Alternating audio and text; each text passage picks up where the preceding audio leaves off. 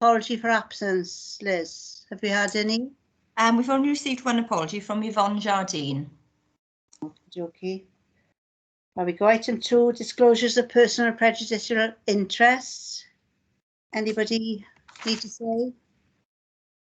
Okie dokie. Prohibition of whipped votes and declaration. Oh, sorry, Chris. My daughter works for social services, so it's a non-pecuniary interest, personal interest. Thank you. Liz Middle, are you going to send a form to Chris, Liz, so he can fill out? Yes, I'll send a template to Chris. Lovely. There's item 3, prohibition of whipped votes and declaration of party whips. And we go on to item 4, minutes of the previous meeting. I go to page 1, page 2, page 3, and page 4. Is that a true record? I take your side. Oh, Tony, you wanted to say something? You're muted. Sorry, Chair, it was more a matter of rising. I thought we'd got to that, but if it's on accuracy, I'll wait. Okay, Matters arising. Accuracy first. I take your silence as it's accurate. Okay. Tony, do you want to? It was just a follow up to comment in the minutes, and I think I did drop a note quite late yesterday to a number of colleagues. It's just the reference to the outcome budgeting issue that we touched on earlier, and I take it from the way the minutes are signalled in respect of the comments of the financial staff that this isn't going to be moving as fast as some of us thought or feared. So I just wanted to make sure I'd understood that correctly. Yeah, I think that's correct. It's on hold at the minute. Right. Thank you. Item 5, public question time. Liz, are there any public questions? No, we haven't received any. Great. We go on to item 6. Can I say, first of all, welcome to Mark and Dave House. Very welcome to this meeting. And we go on to item 6 now, and I think it's Deborah. Over to you, Debs, and welcome to this meeting again. Okay, thanks, Councillor Jones. I've got some interference problems, so I'll just switch off my camera while I am presenting. And if anybody's got any questions, do you think you could shout out? Because I don't think I'll be able to see your hands, if that's okay. I'll make certain that you understand, yeah? Are you going to share the report? Yes, I'll share it now. That's what I'll do next. Thank you, Deborah.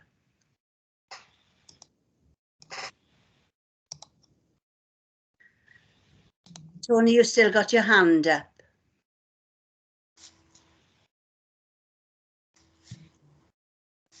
Okay, so I'm Deborah Reid and I'm the Principal Officer for Resources, and that also includes being the lead for Workforce. On this slide, what I'll do, I'll expand on the 8 headlines that I've listed here as I go through my presentation. So one of the very first support mechanisms that was put into place for staff was psychological first aid for frontline workers.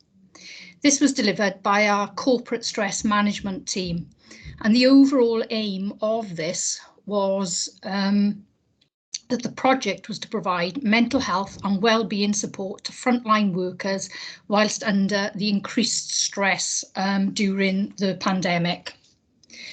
So there was, and there still is, access to weekly check-ins for all of our frontline employees, which are facilitated by trained wellbeing volunteers, such as helping hands, student counsellors and volunteers. There was, and again still is, access to professional counsellors if employees need counselling or critical incident debriefs to better mitigate trauma experienced through bereavement of either staff, clients or family. Daily check-ins for all residential homes, and each care home has access to their own named counsellor that can assess the care home's overall well-being and coordination of psychological support or debriefing when needed. Easily accessible online psychosocial and resilience training for all employees working in frontline roles is also, or was made available and is still made available for staff. So carers payments. This was a Welsh Government initiative. So the first round of payments was for £500, and that was only for a limited group of staff. It was internal and commissioned staff who were frontline social care workers. And this was administered within social services. And this included our residential services and our home care services. And this applied to just over 770 internal staff, 350 personal assistants, and over 4,600 commissioned staff from within residential and home care services. In May 2021 saw the implementation of the financial recognition scheme for the NHS and social care workers. This time the remit was much larger, and the specifics of which employees would benefit from this payment. Again, it included internal staff, commissioned services and social care businesses based in Swansea. This is currently still ongoing, although it is meant to conclude by the end of this financial year. So the increase in staff who were entitled to this payment, it rose to over 1,900 internal staff, 354 PAs, which was coincidentally exactly the same figure as the first scheme, but over 5,500 commissioned services. So in total, these payments amounted to well over £10 million, but again, they are being provided by Welsh Government. So the next thing that I led on was the recruitment drive for particularly residential services and home care. There was clearly a need to bolster our workforce during the early days of the pandemic. And initially, we recruited an additional 61 frontline staff. There was a second campaign which I led on in January 21, and this saw an additional 34 staff appointed, as well as 12 internal staff being recruited to support residential services on a relief basis. I'm currently leading on a third campaign, and during the last 3 weeks, we've recruited a further 23 relief staff and 2 kitchen staff for our residential homes. Next thing that I want to touch on is our additional support team. So just before Christmas last year, our care homes, not just our internal homes, but our commissioned homes, both in Swansea and in Neath Talbot, were being hit very hard by the pandemic, and staffing was getting quite critical. So there was a creation of an additional support team, or AST. This was the creation of a crisis team that could work across our residential services, our commissioned services across the whole region, not just in Swansea, if the need arose. As COVID increased in homes, this provision provided a certain amount of security to managers, knowing they always had a team to provide support with the shortest of notice. The flexibility allowed homes to have an emergency contact 24/7. Staff wellbeing. So a staff wellbeing group was established to develop and share tools that teams had in place to support one another, and this was across the whole of adult services. We carried out a staff survey to understand what could be put in place to further support staff, this time particularly staff who were working from home.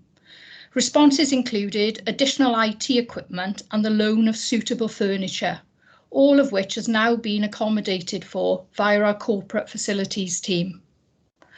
Our website, our social services website, continued to be developed to provide links for support. And these included wellbeing links from organisations such as BASW, that's the British Association of Social Workers, and Social Care Wales.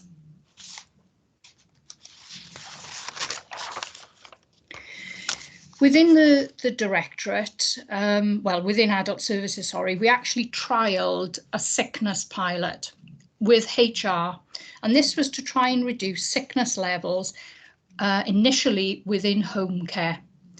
This then extended into service of provision, which includes our residential and our day services. And this supported staff to return to work, which then in turn supported staff pressures within the team.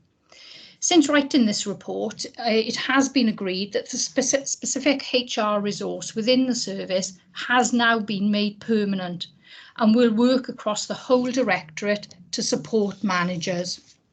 The sorts of things that having this support enabled us to do was ensure that our occupational health reports were completed in a timely manner, and that the reports were completed with the relevant information to ensure that the occupational health advisors had received all the information necessary to carry out an assessment. And timely referrals have improved by nearly 40%.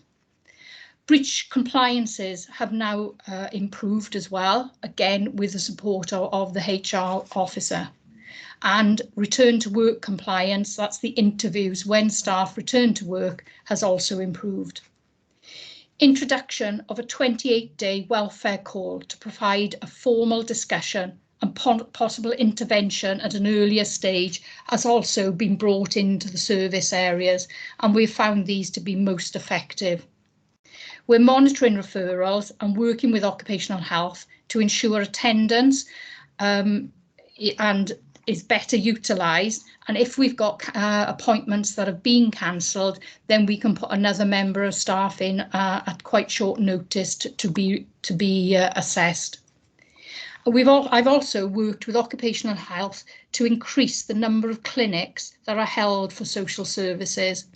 So starting just 2 weeks ago, we've had an additional 2 occupational clinics per month just for social services staff.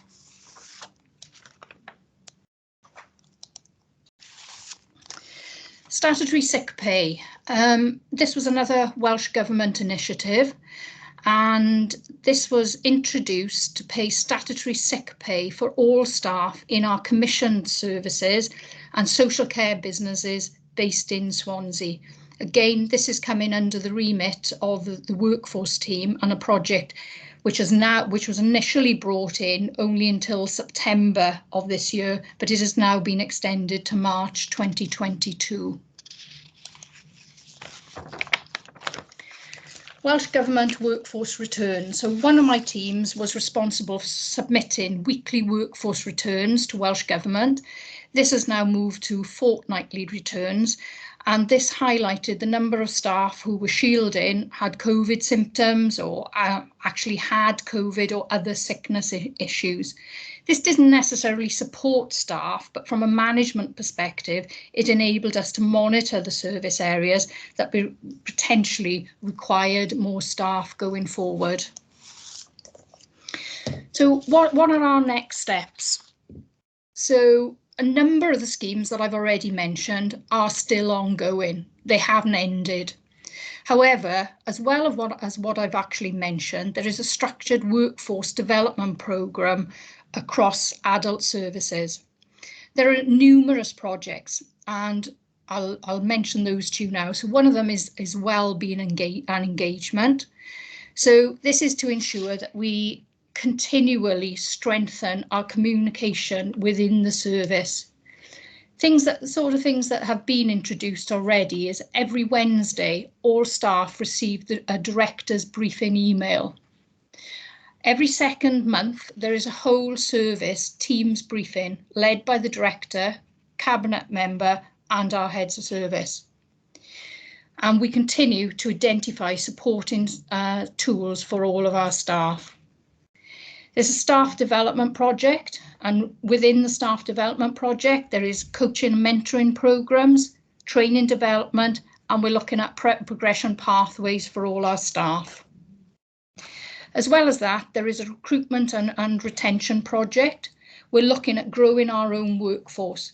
We're looking at approaches that we take to recruitment. And, you know, I've mentioned a couple of the projects that I've already taken on to increase capacity within residential services and home care.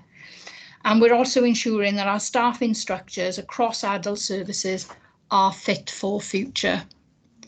So that is sort of like a whistle-top store. Sorry, get my teeth put. This is a whistle-stop tour of things that are being introduced to support our workforce within social services. Thank you, Deborah. That was a really concise report. Are there any questions for Deborah? Tony, or shall I go to Dave first? He has his hand up to see if he would like to say something. Dave? Can I go last, Sue? Is that okay? Oh yes, by all means. Tony Beddoes, then your first question. Thank you, Chair. I was interested in the actions that have led to a reduction in the sickness levels, which I think this report refers to.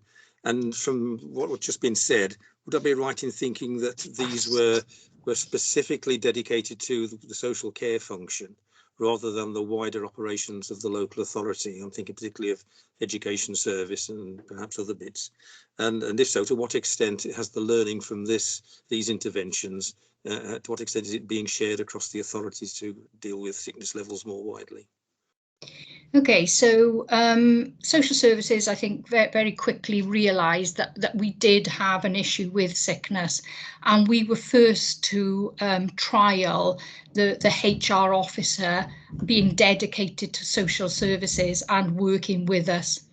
When we started reporting on the improvements of our results from a sickness perspective, then the Place Directorate and Education moved to a similar model. So they also are currently piloting a HR officer working specifically in their directorates. So again, I think we were the first directorate. So I took a report then to CMT because the results were proven to be so positive, to actually request that we made this officer permanent. I wanted to keep them in HR because I think it worked well that they remained in HR, but they are matrix managed by myself. And again, this was received very, very positively from CMT. And we had, as I mentioned in the report, we were given the agreement to have this permanent officer. And Education and the Place Directorate, I know, want to follow suit. I think the question mark at the time, particularly for those areas, was around funding, but that was something for each directorate then to consider. You know, was the funding for the post, was that beneficial against the volume of sickness? And I must say, I think it certainly is from our perspective. You know, I can't comment on the other directorates, but I would have thought that it would be. Thank you, Deb. It's good to know that good practice is being shared. Are you happy with that, Tony? Right, Jeff Jones. Yes. Oh. Okay. Sorry, is Tony going to speak, or? Are you going to speak, Tony? I thought you were asking me whether I was happy with it, Chair. And yes, very happy, and good to learn that it's being shared across the authority. And I take it that the interventions were seen as being positive and supporting rather than policing and trying to detect unusual behaviour, and that's good to know. Thank you. Councillor Jeff Jones. Yeah, thanks, Deborah, what do you call it? I think it hasn't come a minute too soon, actually. I know social services has always suffered with high levels of sickness, and I'm glad something's been put in place to, well, you know, to help these people at the end of the day. And as Tony said, you know, I'm glad it's been shared in other parts of the local authority. But, you know, with our suppliers, you know, the private sector, they've also suffered horrendous problems because of COVID with regards to staff recruitment and sickness levels. Are we actually sharing anything with them, to get them up to, shall we say, well, to help them at the end of the day? From specifically from a sickness perspective, as in sharing our practices? Yes. Not specifically, no, because again, I guess each home or each, if we say home care service, they would all act maybe very differently. So, and what we must also remember as well, that when a lot of the staff in the commission services do go on the sick, previously they've not actually received any pay. So hence why Welsh Government have brought in the sickness scheme, and they are being paid now. But we very much have quite a very structured sickness process. So staff being referred to occupational health, we have a breaches sort of target, or if you go off so many times you breach, and that sort of thing. So each home would have their own governance. However, they can turn to our commissioning service for support and advice if they do require it, and if they have particular issues, but it would only be advice that we would give. And unfortunately, a one-off commissioned provider is very different, I think, to a local authority. Yeah, my concern, I've heard stories really that, they've got a lot of staff that have actually gone sick, and when they can't manage a problem, they just pass it on to us. So I would have thought, some sort of, work together scheme, it would actually come out of this to actually perhaps work closer with them to try and resolve their problems. You've actually mentioned about a recruitment drive. I'm assuming they actually have a recruitment drive as well. Yes, I mean, again, and all homes are very different, and unfortunately, when we do have a recruitment drive, we do often get applicants from the private sector. But again, I'm monitoring that, because what I certainly don't want to do is, rob Peter to pay Paul, and I don't want to be taking workers, say, from one particular home to bolster our workforce. That hasn't happened to date. Yes, we have taken the odd member of staff, or maybe one member of staff from a home, but we haven't taken teams or groups of staff from a home when we've gone out on our recruitment campaign. And when we do recruit from a home, I feed back everything to the commissioning service, to the commissioning team within Swansea, so that they are aware if we are taking staff. Often with the recruitment drive, what we've done, we've recruited an awful lot of relief staff. So again, what usually happens is staff in commissioned homes often want to top up their hours and work for us as well. So it isn't, they're working then for two companies. Okay, thanks. Thank you, Deb.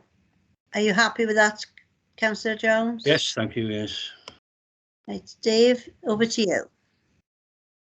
Yeah, I just wanted to acknowledge and thank Deb for all her work around workforce. She's given us a good description of all of the strands and some highlights around things that are still planned. Trouble with being Deb within our directorate is she's my go-to person for whenever we've got intractable problems. I say, Deb, I don't know how we're going to sort this out. Get on it. And the latest and biggest one was, Deb, we haven't got one single lead for workforce across the directorate, pulling all this stuff together, making sure that there's a vision that we're delivering against, making sure that we're the best we can be. We're in the middle of a global health pandemic, so it feels like a difficult time to do it, but probably the most important time to do it as well. Great description from her of all of the progress that she has made happen at pace during this really difficult period. Loads more still to do, but we now have a plan, we have a strategy, we have ambition, and it's in Deb's usual coordinated fashion. So just a huge note of appreciation from me. Thanks, Dave. Thank you, Dave. Okay. Councillor Mark Childs, you wanted to say something? No, just briefly echo Dave's comments. Clearly, it's been a very difficult time for many members of staff, and the extra resources, backup, and assistance, and just knowing that there's something there for you if you need it, even if you're doing okay or think you're doing okay. I think that has been so reassuring for our staff in this difficult time, and thank Deb and everybody else involved in providing that service for our staff, who have by and large kept going through what can only be described as the most traumatic period of their working life, I'm sure.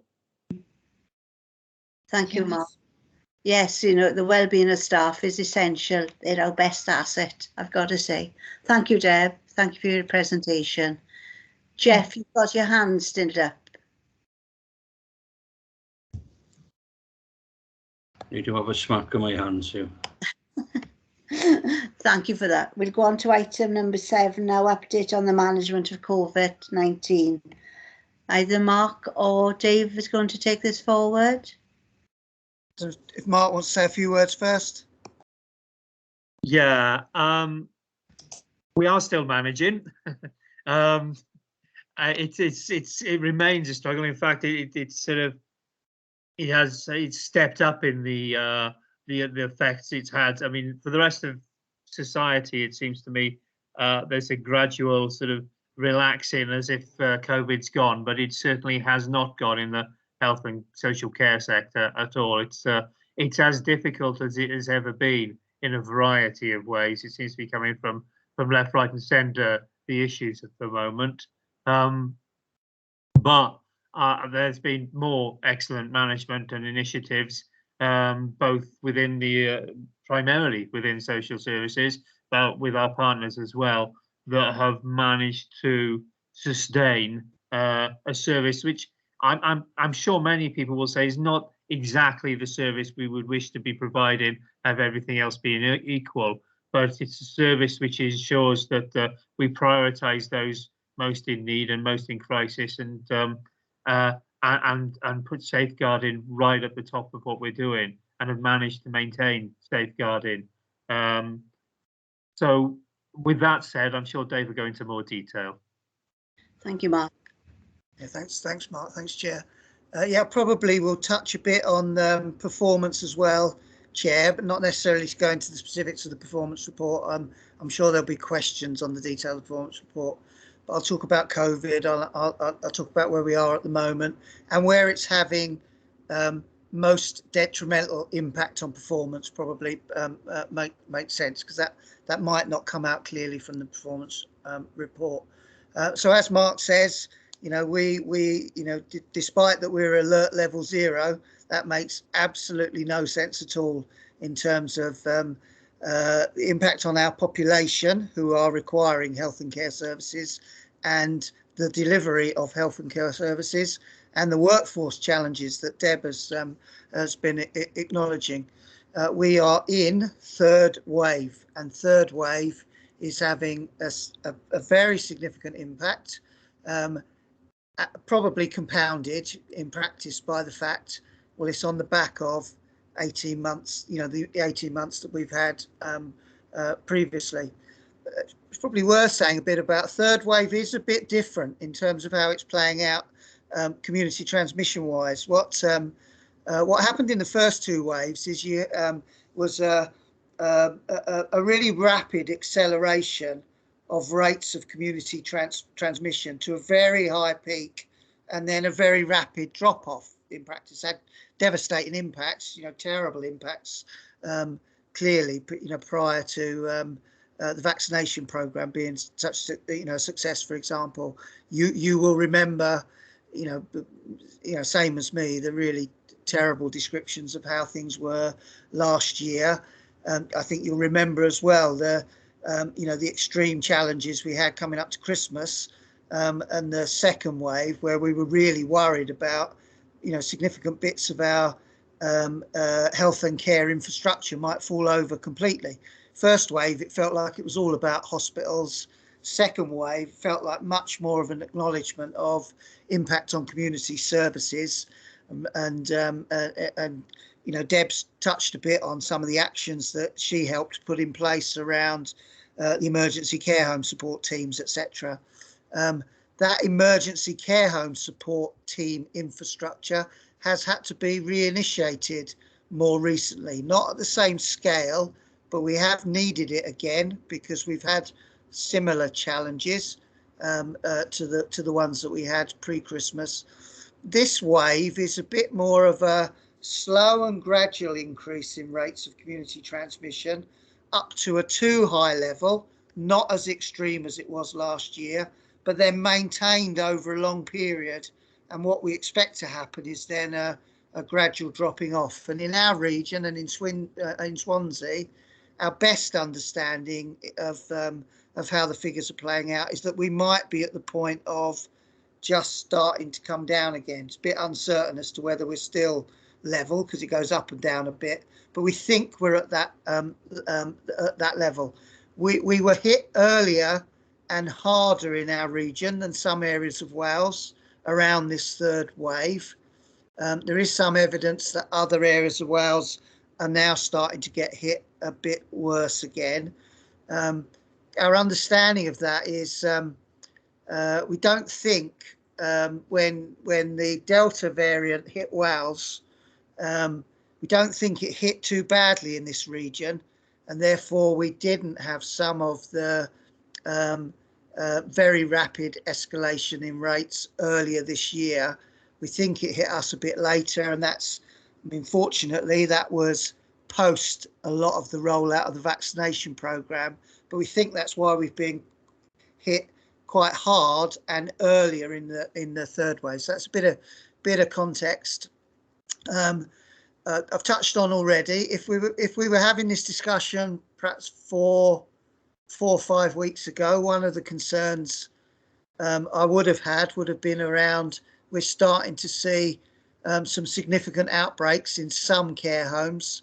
You know, you constantly have small outbreaks, you know, small numbers of staff, you know, picking up infection, potentially homes having to be closed for admissions. 4 or 5 weeks ago, we had a couple of significant outbreaks where we were really quite concerned about the levels of infection, both residents and staff in those homes. Deb put back in place the emergency care home support arrangements. We did need to call on those emergency care home support arrangements. Pleased to say it's stabilised in those individual care homes, and we're not seeing the same sort of difficulties at the moment. We're continuing to see relatively low rates of infection, but they then impact on the homes still have to be closed for admissions, etc. So that's kind of where care home sector is at the moment. We experience those issues in our own care homes as well.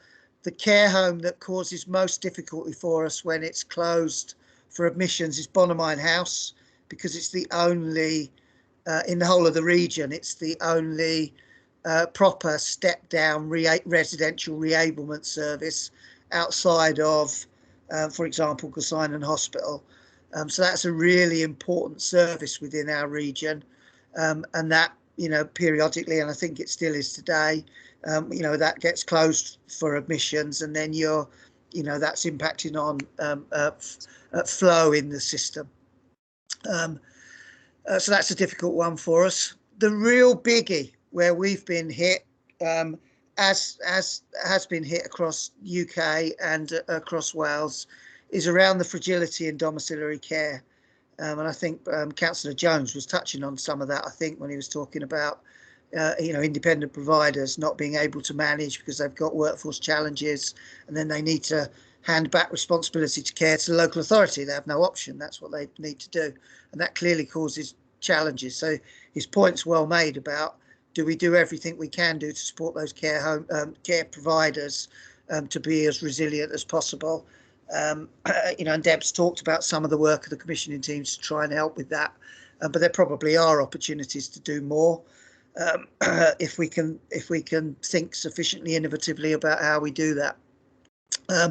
that's really been the biggest challenge. So retention and recruitment of sufficient domiciliary care staff across the piece is a national problem.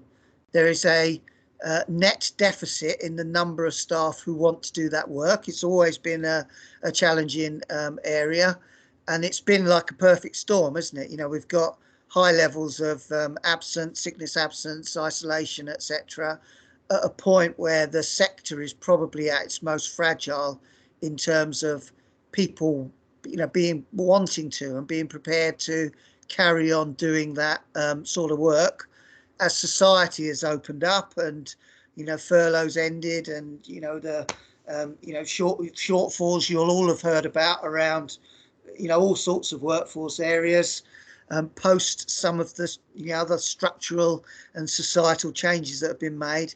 There are lots of options, you know, for workers, and frankly, on the face of it, that, you know, they often look like better options. You know, pay, you know, conditions of working, the level of risk, the level of responsibility, all of those kind of things must be factors in the fact that we are as fragile as we are. That has played out particularly acutely in Swansea. Again, Councillor Jones, you know, alluded to some of this. We had a high number of providers 5 or 6 weeks ago, again, or 2 months, probably something like that, where we had a significant number of providers saying they just didn't have a workforce to be able to provide care for all the individuals they were supposed to be. And it meant that we had upwards of something like 150 individuals where the council needed to step back in. And clearly our workforce really stretched. We haven't got endless resources, you know, far from it. So the workforce were magnificent as usual in picking up those extra demands, both the frontline workforce, but all the staff behind the scenes, organising things, you know, commissioning teams, finance teams, all sorts of people sorting that stuff out. What's happened is that work has mostly been picked up by our community reablement teams, which has meant that they haven't had any capacity to manage either other reablement or enablement step up from the community, or really difficult for us, the step down from hospitals, that route through reablement, you know, outcome focused work with those individuals, and then, you know, passing on to you know, long-term care packages. Not only has the reablement function been swamped, we haven't had the long-term capacity to pass individuals onto either. That has been, you know, the single biggest both risk and impact on the overall health and care system, amongst, you know, 1,000 other challenges in hospitals, in ambulance services, in, you know, goodness knows what. Our ability to maintain flow through the system in a way that you need to, you know, every second of every day has been impacted for weeks on end. It's only really now where we're starting to see, you know, the glimmers of coming a bit out of the end of some of that, but really, you know, small green shoots. At its worst, we have waiting lists for dom care,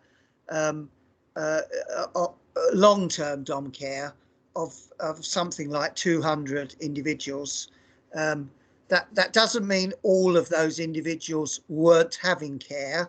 A significant number of them would still have been having care, but that care might have been in a hospital, which wasn't appropriate, in a care home that wasn't appropriate, or were in reablement services, but they weren't, you know, needed to be, you know, weren't needing to be or capable of being reabled any further. So it wasn't necessarily that 200 people didn't have any care, but they didn't have the right sort of care. And until we could start, you know, bearing down on some of those numbers, we were going to continue to have severe problems. There were a small number of individuals who didn't have any care, and what they should have had was domiciliary care. The vast majority of them were, you know, proportionately low level care needs that in usual times it definitely just would be taken for granted. You know, a local authority would be able to step in and support them. In reality, those sorts of individuals do not have access to domiciliary care at the moment because it's just not available. So we're having to work hard with those individuals, with families, with carers, to try and come up with an alternative that you know, in terms of timescales, at least gets them through till probably February of next year, when we're expecting that possibly things will be a bit easier. Touch wood. That's the bulk of the individuals who are you know, on a waiting list, but with no obvious solution to getting them off a waiting list. A small number of people, and at any given time, you know, it probably went as high as 20. It's certainly down below 10 now. Are individuals who haven't been able to get domiciliary care, and their circumstances are much more challenging. And for those individuals, we're having to have conversations with them about a temporary step up into residential care, which isn't ideal. You know, it's not something that they necessarily want. It's not something that we would want for them. And that's having to be, you know, there's regular contact with those individuals about reinforcing that offer, because their circumstances are recognised as, you know, far less than satisfactory. We can't force people to go into care home, and it's obviously not an ideal offer for them. You know, you occasionally could get to a point where their circumstances are so significant, you know, that we could be in a position of having to enforce that, but you'd have to have got to a level where you had both the combination of a significant safeguarding issue and an issue of capacity of the individual, really, to be able to enforce a step like that. But it does happen, and it probably will continue to happen at the moment. So far from ideal, and not you know, not where we would want to be. That numbers on the, you know, because of all the targeted work that's been being undertaken, you know, by the head of service and their senior management team, supported by, you know, the likes of Deb, etc. That waiting list is down to, you know, 100, 110. That still seems like a ridiculously high number, but the system can still function at that number. When you start going into the 200s, you know, it starts to be where it's just not working at all now. So it's really good that that's been recovered. Whilst it has been recovered to that level and it's starting to see some flow, it's not enough for us to be functioning properly. So there's still lots of problems in the system, still lots of people in the wrong bit of the system, and it's going to take us, you know, a while to move beyond that position.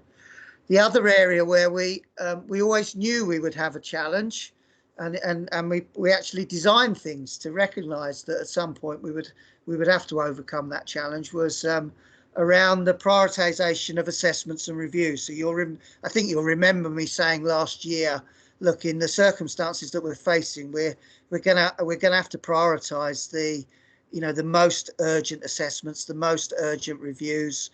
You know, more routine stuff we're going to have to park for the time being, and we'll come back to it. What our intention was, come back to it early in this calendar year. And the reality is, we had one wave, we had two waves, we've had a third wave. We haven't been able to get back to that planned, more routine work.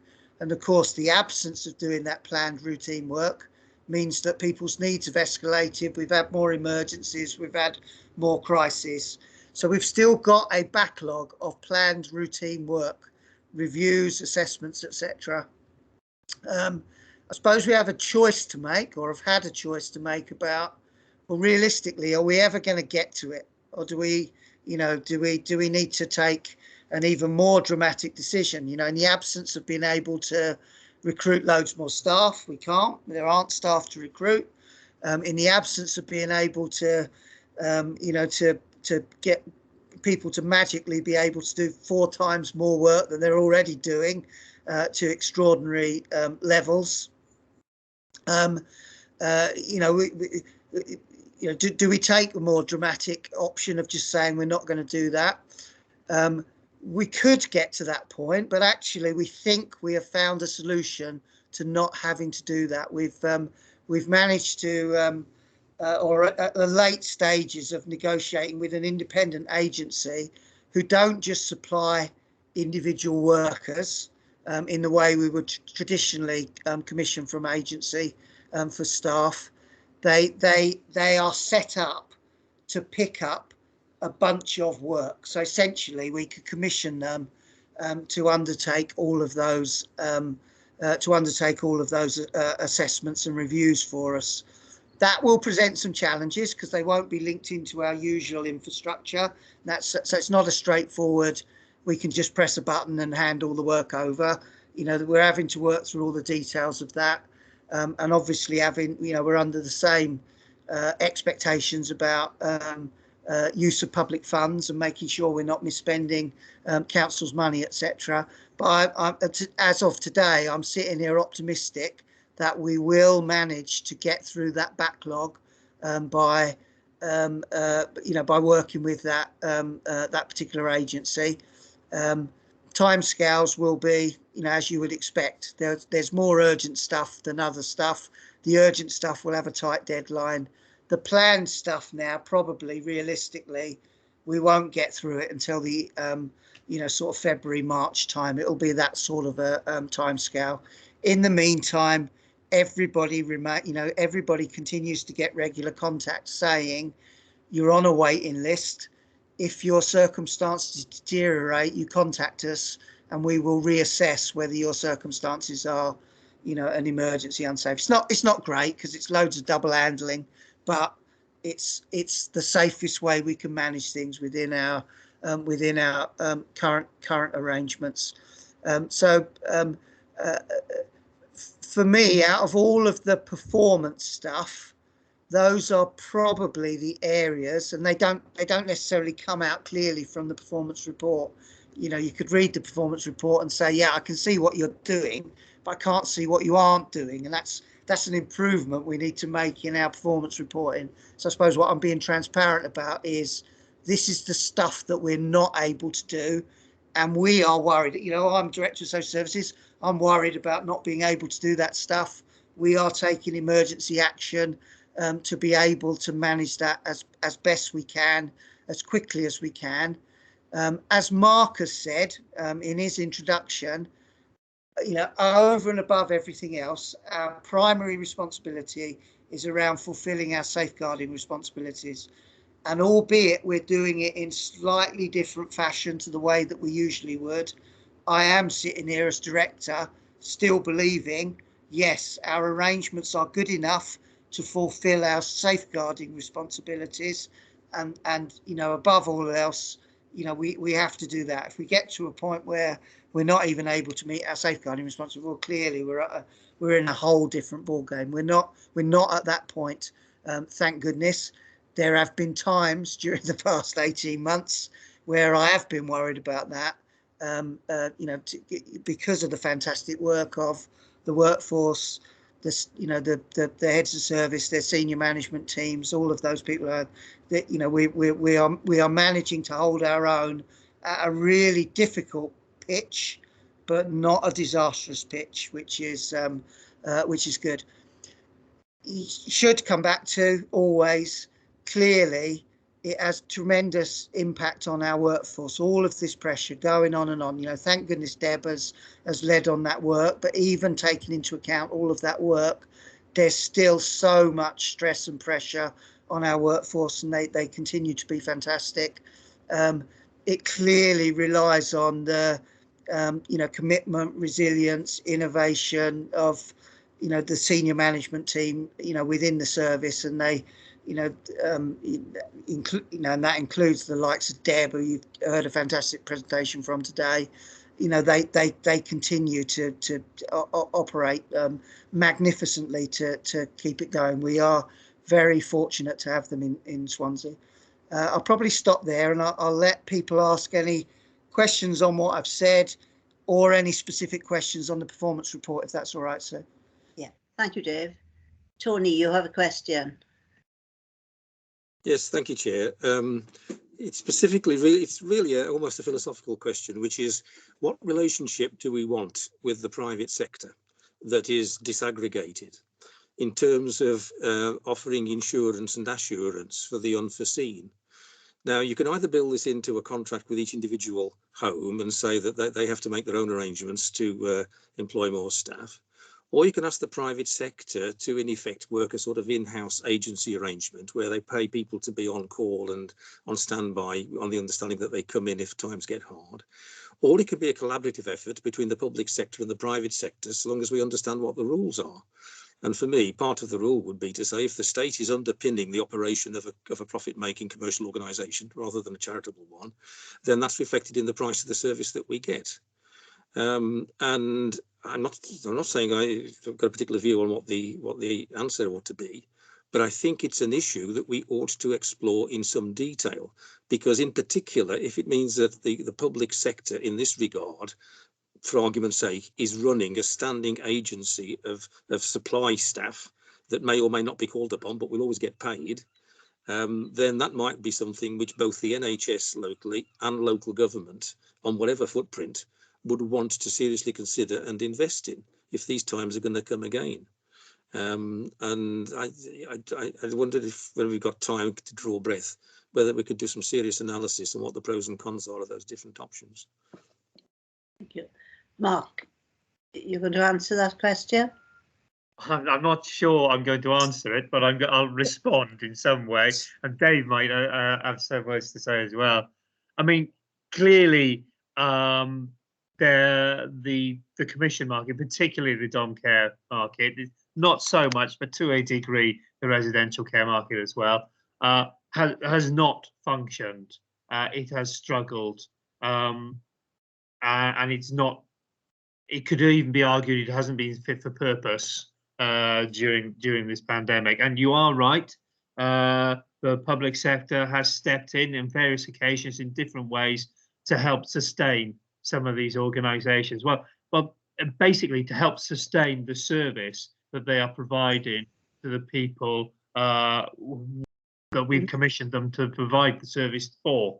I mean, we haven't done it out of a sense of goodwill to any particular organisation. We've done it out of a sense of duty to the members of the public who are receiving the service. But it has shown, in my view, that the structure isn't robust enough. I thank God that we've actually had experience within Swansea Council of providing dom care ourselves and providing residential care ourselves. If you hadn't had that experience, if you hadn't had those skills within the house, I don't know quite where we would be. You know, and I've no idea how Neath Port Talbot cope, or other authorities that don't have these things inside them. And well, one way they've coped is relying on us and the health board, because we do have that experience. This is in extremis, but it's demonstrated a weakness in the system. I'm not sure what the answer is, Tony. I personally would like to see our proportion of the provision increase, so that would build in a greater resilience in our ability to respond to issues within the market, and the magnitude of those issues within the market, because it'd be a smaller market. I think that's one way of dealing with it. I mean, we do need, and we have developed an increasingly close relationship with our various commission services during this, and I think we need to sustain that. It's not a simply we've gone shopping and bought a few items and that sort of thing. It's a different relationship. We're commissioning services rather than purchasing a product here. And that has developed, and I think that has certainly been appreciated by much of the private sector as well during this time. I think there's a recognition that we need to be that market somehow. If we're going to maintain that market, and it's going to be an awful lot of money to step up and change that market, we need to adjust build in a greater resilience into the way it operates, either because it's stronger in itself, or because it's more diverse, and so not buffeted by the same factors all the time, or we've got a greater say in it, or we're somehow part of it in a different way to the way we are now. One of the ways which I would suggest is that, and Dave talked about how staff were leaving the sector for other jobs which are seen as safer, less responsibility, whatever. And in my view, they've been key workers throughout all of this. But they are amongst the lowest paid workers in across the patch, and we need to be trying to address that as one way, as well as having a better career structure and better social recognition of the role that they play. I think pay is a key factor, because we have had a very small number of people come, within the council leave, but it's not been anything like the turnover and the churn that they've had in the commission services, because we are a better employer in a number of ways, both in pay, but in terms and conditions, and as you've heard, the way we look after our staff as well. And that, if we can replicate that, or in the others in the other sector, other parts of the sector, apologies, then I think we might be getting some way to having a sustainable market out there. But I mean, that's just touching the surface probably. But I think we are looking at those things either locally or nationally. But we need to not just look at them. We need to move on them in the near future, in my book. Thank you, Mark. Dave, do you want to add anything? Yeah, I agree with everything Marcus said. I think there is an acceptance that we've always had to work with independent and third sector providers in a collaborative fashion, but at its heart, it's there's a strong element of you are procuring a service, and once you've procured the service, over to you to provide the service. It's not quite as blunt as that, but there's a strong element of that. That has clearly shifted during this period. It's been much more obvious that this is that we weren't going to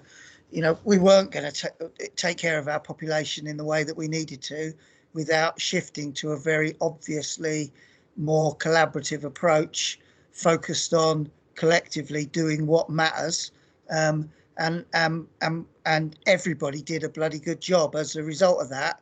But we weren't, we were far from perfect, but we did a bloody good job. And I think everyone can hold their head high and say, well, we did do the best that we could do given the challenges we faced.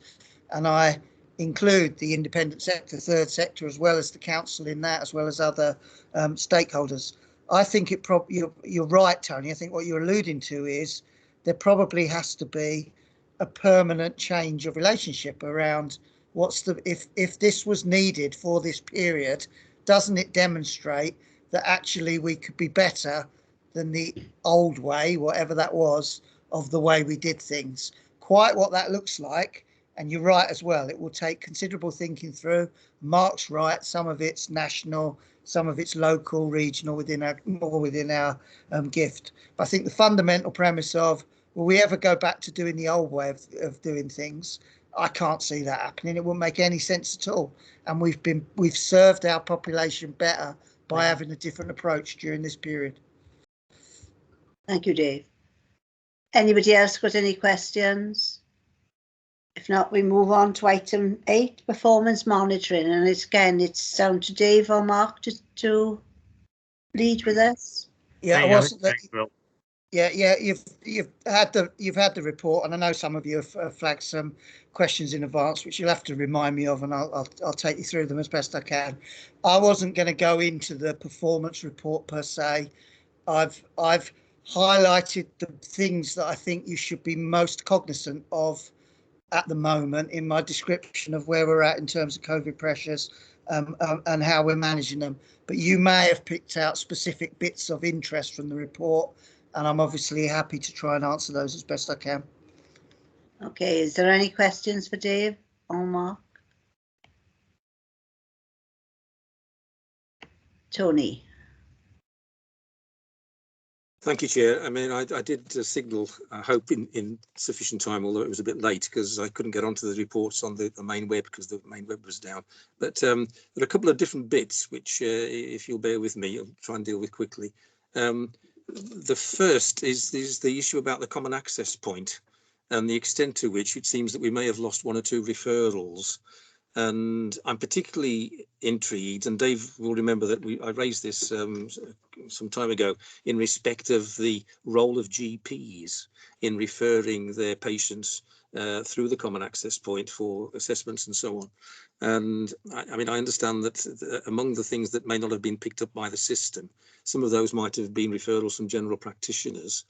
And when I looked at the referral form, the online referral form, to me, and I'm not an expert, it didn't seem to be entirely suitable for what you might call a professional medical referral, in terms of saying this is what is the matter with Mr. So-and-so or Mrs. So-and-so, and this is my judgment of the likely prognosis. Over to you to decide how urgent this is in the light of all the other referrals that you've got and what services you might be able to offer. And we did raise this, and I think it was the health service that was going to look at it and see if they were happy with the nature of the referral process. But no one's come back on that one. And given what's in the report, I think it's something we ought to pursue. The other bit, if in the report that I've had an interest in for some time, is the way that the direct payment system operates and the extent of the linkage between the people who do the update of the assessment when things change and the link with whoever pays the bills, because it seems that on occasion that doesn't always work as well as it might do. And then the last one, which I'll pick from the ones that I sent in, was I was a bit worried about the reference in deprivation of liberty arrangements, where we seem to be having a bit of a problem. And there's a reference to the fact that the code of practice hasn't been finally agreed or hasn't been updated in some way. And I was just intrigued as to who's responsible for drawing up the code of practice. I don't know whether it's a thing that's particular to Wales or it's a UK thing, or if it's in the hands of professional bodies. So I'd just like some clarity on that bit as well. Thank you, Chair. So there were 3 questions. Just to clarify as well, the questions that you sent in were a little bit late, and so if the staff are not able to answer them, we can put them in the letter. Yeah. So yes. Yeah, I'll have a stab at responding, but if it's not as comprehensive, Is anybody coming back to Dave? Include it in the letter, and we'll do some follow up afterwards. In terms of the referral bit, first of all, so you're right, Tony, and you not sure I can remember how you managed to pick up on it, but you picked up on something that certainly I wasn't aware of at the time, but subsequently have been briefed on. So there does appear to be something that happens within our IT system that it sometimes screens out some of the information in the referrals and doesn't then send them through to the common access point inbox. So that was what was then giving the where have these referrals gone? Are these lost referrals? My suspicion is, I'm not absolutely sure, is it's something about the content of the referral being picked up on the the kind of anti-virus web, whatever that protection stuff is, and it's inappropriately screening something out and then sending it across. It has been picked up. We it hasn't been resolved, as in what's the IT solution to that. But now, because we know about it, we've got workarounds to make sure we're tracking down the referrals that have been on a daily basis. So there is a method of going to see whether something has been screened out and picking up that referral. Our best understanding is it's happened about 10 times. Okay. One of them was a GP. It's not particularly a GP thing, but one of them was a GP referral. In terms of how the referrals are managed, a around the inbox, because we obviously have a high level of contact now, virtually via emails, the email referral form or contact form, whatever that's described. We got 3 dedicated people at any given time monitoring the inbox. They, in usual times, they can cope with the demand that comes through there, and the expectation is they're contacting the referrer within 24 hours, to follow up on the referral. So if you knew how the system worked, if you hadn't been contacted within 24 hours, you'd know, hang on a minute, has something gone awry? But I'm not sure I'm not sure everybody would understand that. Some professionals might, but nevertheless, that is how it works. From what I've been advised, I'm satisfied that there are enough checks and balances in place that even though the system isn't working perfectly, we shouldn't be missing anything. So we haven't got a fundamental safeguarding issue as a result of that. In terms of the, you're right, you flagged again, Tony, about is the referral fit for purpose? Well, at the contact form, this comes up as an issue every so often. I've lost track of the numbers of times referral and contact forms have been changed in line of, in the light of either changes to the all our safeguarding procedures or particular professions saying, well, this doesn't quite work for us, or us as an organisation saying that doesn't particularly work for us. Taking all of those things, I suppose the principles behind it is we want one standard approach to referring. We don't want different organisations or members of the public, etc. referring. So we want one standardised record. I think that's probably going to come under challenge pretty soon because health boards across Wales have done their own work around what works for them and are wanting to standardise their approach to help them meet their safeguarding responsibilities, for example, which I think will probably come into conflict with, well, every single local authority across Wales will have a slightly different version of what works best for their organisation. So it's going to come up again as an issue. At the moment, we're not planning to make any changes, Tony. The view we take is there is plenty of scope in there for a professional, whether it's a GP or otherwise, to provide a quality referral. Most of the time it works okay. There are times where there's a bit of back and forth with us having to go back for more information, but it's not of such a level that it would lead me to be, worried about that. And I suppose on top of everything else, we probably do need to go back and do a bit of development work at some point, and things will emerge that lead to us having to do that. But it's not for today from my perspective. It'll probably be, something somewhere in the next year, because it'll come up again somewhere. And I think this health initiative will probably escalate it at some stage. But I don't want to make any other changes at the moment. We've got enough on. Sure. Yeah. Trying to remember that. Okay, in terms of the direct payment stuff, I'll just get my reminder. Okay, so effectively what happens, so social worker will carry out an assessment, or there'll be an annual review, or a review will have been requested, and the assessment that's carried out between the social worker and the individual suggests that direct payment needs to change because individual needs more or less care from personal assistant or otherwise.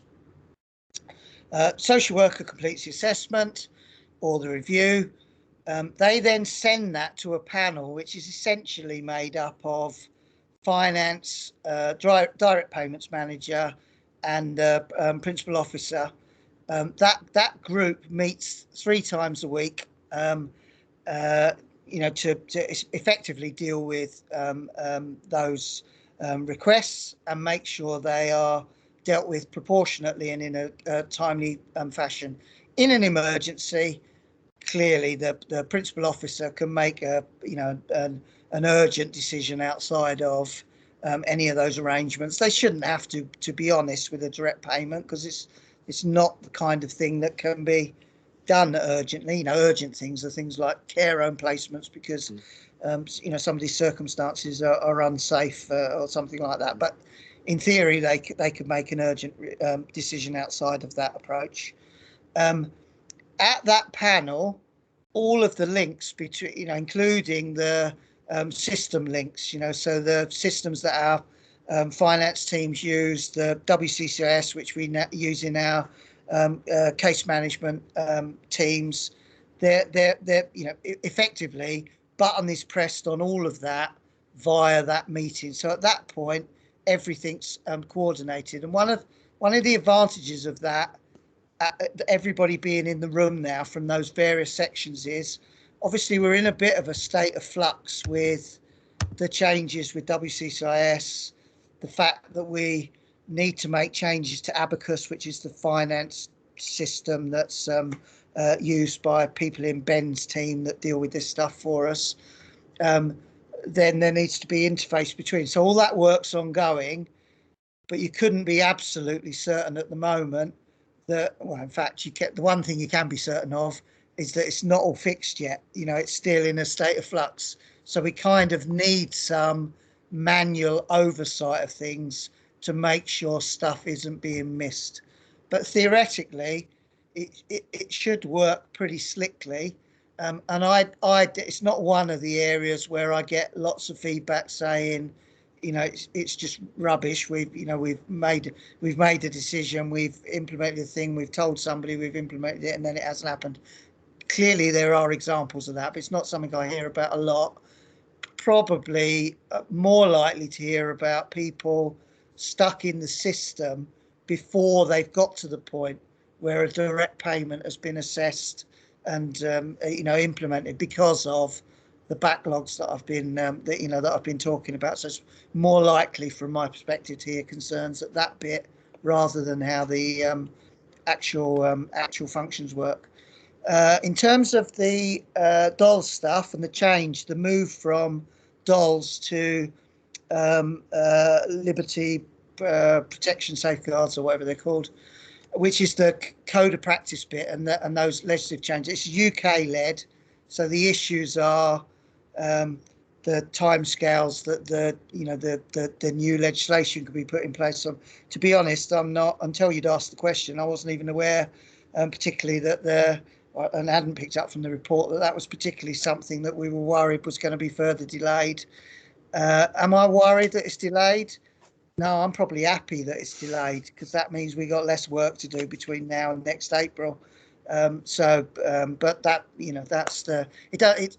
From my perspective, the changes that are going to be made aren't so significant that you're thinking, you know, there's obviously a rationale for it, but, you know, I'm not sitting here thinking, well, people are, you know, being left, you know, with their rights being trampled over because we're operating DOLS instead of the new Liberty Protection. That wouldn't be my view of the world, despite there is clearly a rationale for moving to this new model. But pragmatically speaking, less work we have to do at the moment, the better, as far as I'm concerned. So just pragmatically, I don't know whether I covered everything you asked there, Tony. Did I miss one? No, you covered everything, David. I'm very grateful. Thank you. Thank you for that. Are there any other questions for Dave or Mark? Paxton. Hi, Chairman, but just quickly, David, to follow up on that on direct payments. I thought I was under the understanding anyway that Welsh Government was keen that the number of direct payments ought to be increasing quite quickly, aren't they? And that was the understanding that I had, and I don't know where we are with that respect, or whether they've changed that requirement now. I think people PDC did a bit of work looking at this as well, didn't they? And I don't know whether that report got the mark or not.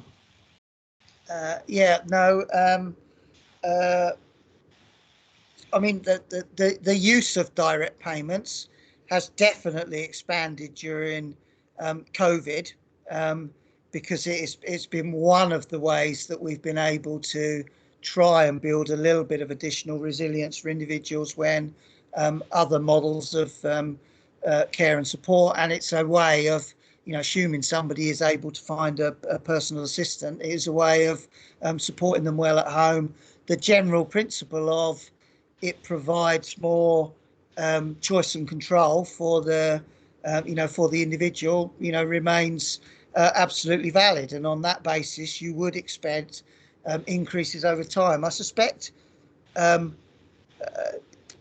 of what we haven't done in Wales is move to personal budgets, so it's slightly different to, well, significantly different to the England model. And there is a bit for me that wonders. I think one of the challenges that people find is actually when they have a direct pay, they like our services. For example, we are a good we're a strong council. We run good services. We take pride in our work.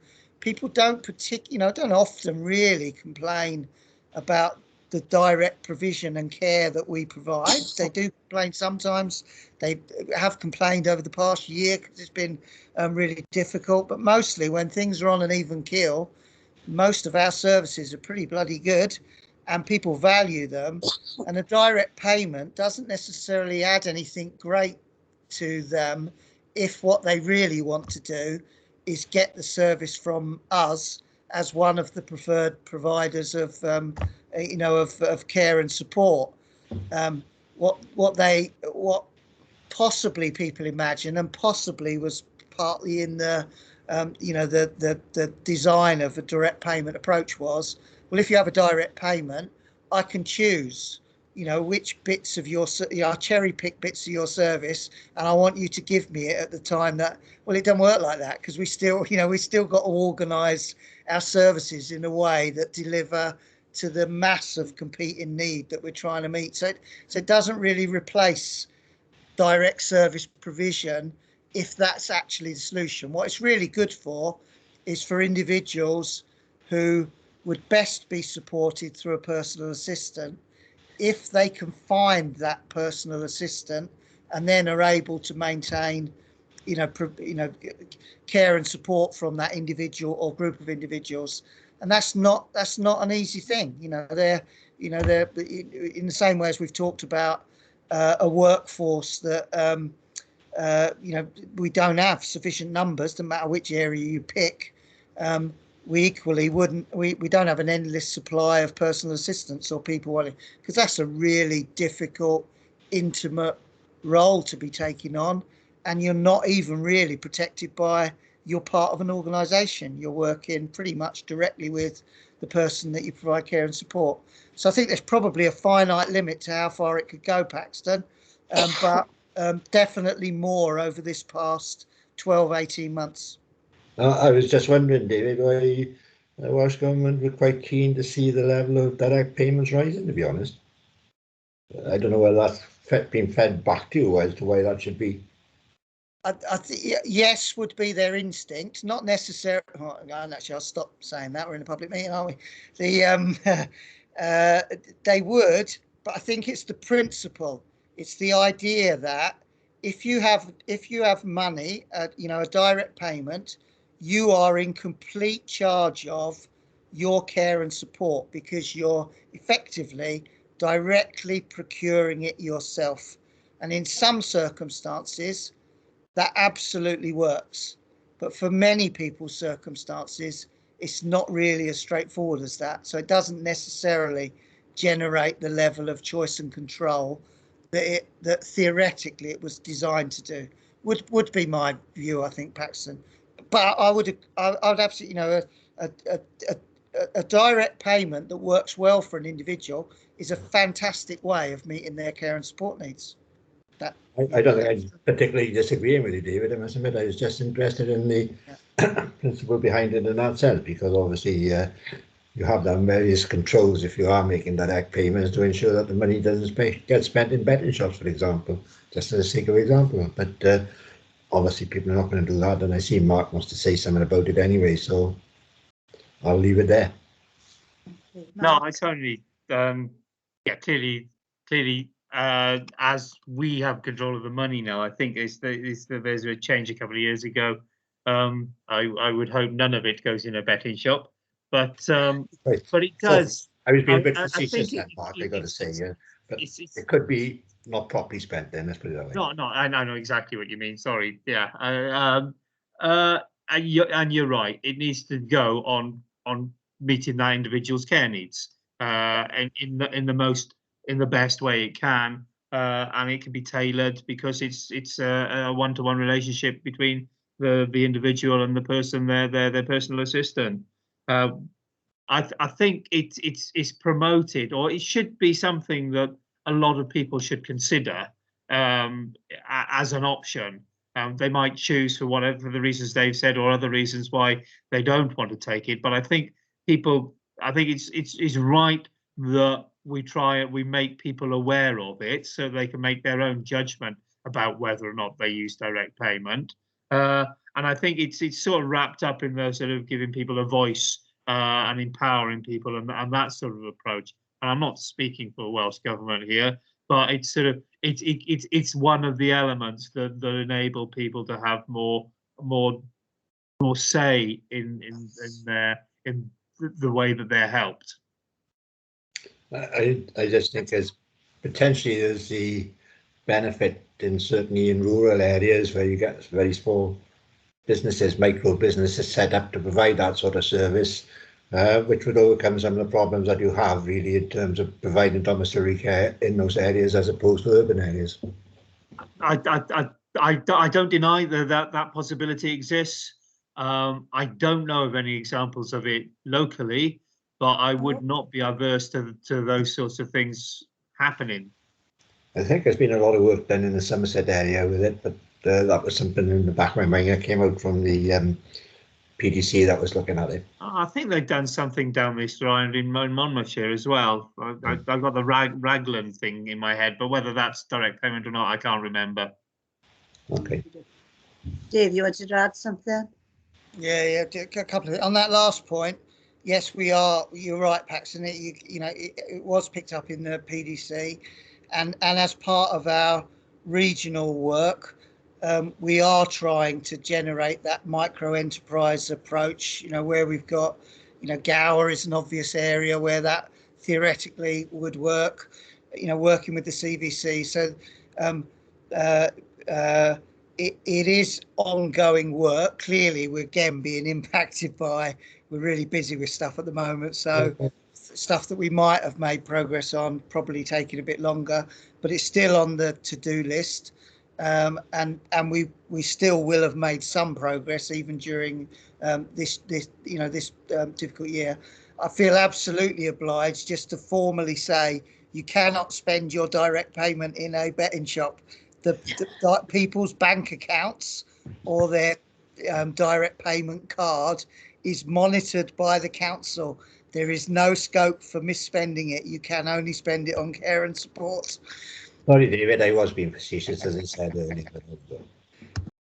Okay, thank you. We've had a good discussion on that now. And can I just go on to item 9, if we finished, and thank the members of staff and Councillor Mark Childs for attending. And the next meeting is the 30th of November at 4 o'clock. Cheers. See you then. Not before. Bye. Thank you. Thank you.